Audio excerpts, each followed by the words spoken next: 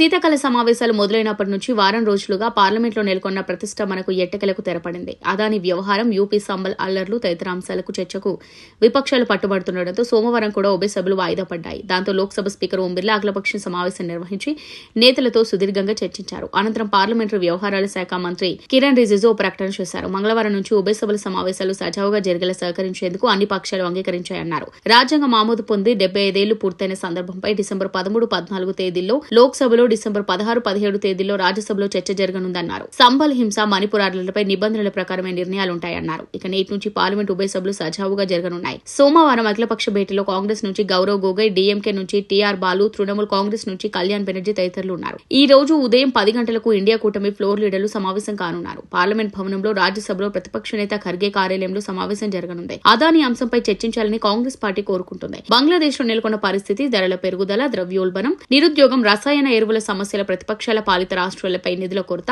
మణిపూర్, ఈశాన్య రాష్ట్రాల సమస్యలపై చర్చ జరగాలని తృణమూల్ కాంగ్రెస్ పార్టీ కోరుకుంటుంది. సంబాల్ హింస, అల్లర్లపై చర్చ జరపాలని సమాజ్వాదీ పార్టీ సిద్ధంగా ఉంది. ఢిల్లీలో వాయు కాలుష్యంపై చర్చ జరగాలని ఆమ్ ఆద్మీ పార్టీ కోరుకుంటుంది. పార్లమెంట్ ఉభయ సభలు 5 రోజుల వరుస వాయిదాల వల్ల 45 కోట్లు ఖర్చు వాటిల్లింది.